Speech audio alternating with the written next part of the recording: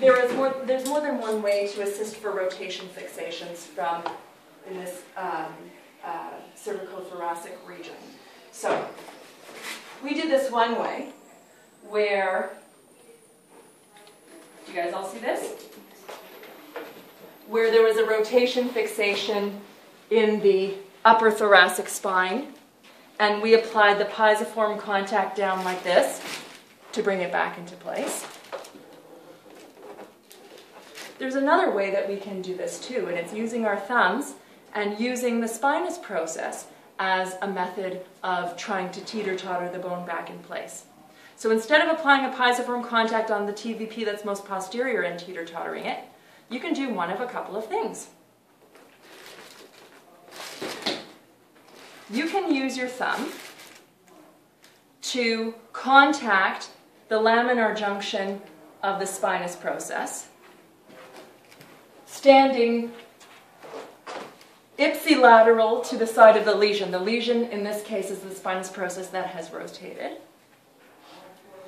Taking your hand that is furthest away from the table, with the pad of your thumb contacting the laminar junction in here, contacting the laminar junction.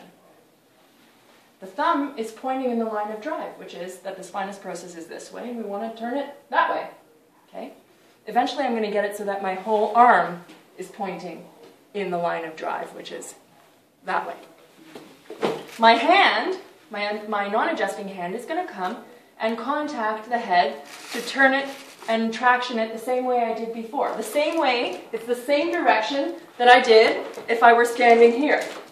It's the same. It's the same. If you get confused, well, it's really easy to remember because if I contact it this way, it doesn't feel as comfy to me as if I contact this way. And the nose is always going to be pointing in the line of drive of the spinous process. The spinous process has got to go that way. Guess what? His nose is pointing that way too. Okay. But right now I'm just hanging out. He's going to breathe in and breathe out. And on the breath out, what I'm going to do is I'm going to align my body so that my sternum is right over this spinous process.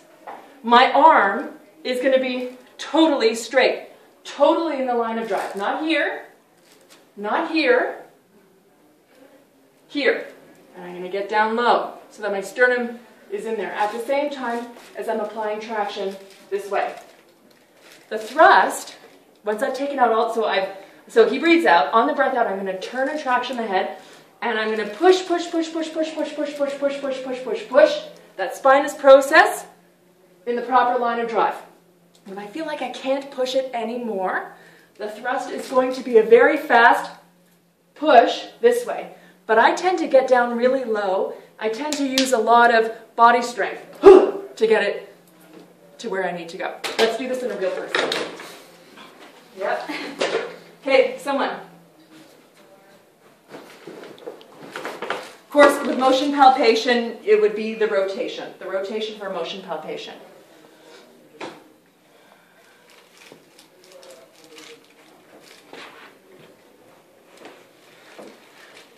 Alex? Yeah. All right. I just can't breathe. Okay, let's make him breathe. Hold on. Take that piece of paper out. There. Take that. Okay, is that better? Yeah. You okay? Yep. Is it that it's too close together? It goes sucked into my face. Okay, so the spinous process has rotated to the right. So I could set up for it like this, where I take the TVP and do what we just did. Or I'm going to take my thumb and push it back in place. Okay, the hand that's furthest away is going to contact the spinous process in the laminar junction. That's skin slack. I know I'm not going anywhere. I can't move. If I'm on the top of it, I'm wiggly. I don't want to be wiggly. I want to be right in there. My foot is going to be at the same level as my thumb. My other hand is going to come contact his head. Eventually his nose is going to be poking toward the line of drive, which is that way. He's going to breathe in and breathe out. And so you breathe in and breathe out and breathe regularly. And on the breath out, I'm going to start to apply pressure on my thumb this way, push, push, pushing. At the same time as I get down real low, I'm not draping myself over my patient, but just getting down real low so I can get my arm in the proper line of drive, which is totally that way, not like this, like this. And when I feel like I can't anymore, I'm going to thrust. Breath in, all the way out. Okay, that's one way. Come sit up. The next way, I'm going to need somebody in a second. Oh, but I need that too. You have to sit somewhere else. There's more than one way to skin a cat. Okay, so that was the first way. So now I had this. I have this.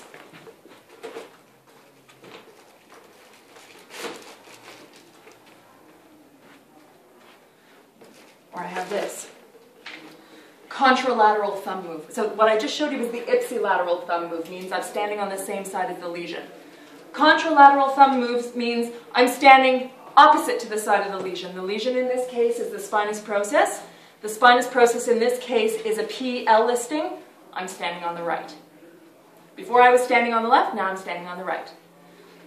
I'm going to take my adjusting hand, which is the hand that's closest to the table, and with the pad of my thumb, I'm going to contact the laminar junction. Looks similar, doesn't it? My opposite hand is going to come and contact the head exactly the same as I did before. Everything is the same. Line of drive is the same. He's going to breathe in and breathe out.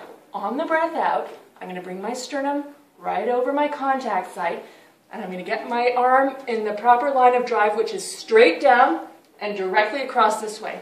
Not up here, here. So I'm going to traction and turn the head at the same time as I start push, push, push, push, push, push, pushing the spinous process that way. When I feel like I can't push it anymore, with this hand only, I'm not thrusting with this hand, with this hand only, it's going to be a quick push to the opposite side. You could just do it with your arm, but a lot of us aren't strong enough, so I use a little bit of my body to get the power that I need, to get the momentum. So breathe in, breathe out, pressure, pressure, pressure, pressure, thrust. Let's see how it looks in real life. So I'm going to need somebody else to assist me with the demo of this.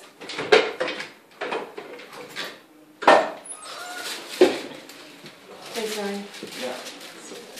Okay. I feel like these have a lot more room for Error? No. well, just the other one has more force. It's straight down. I actually like thumb moves far better. So it's just a question of what you like better. You can't make that decision until you've done it. I think you'll like this one too.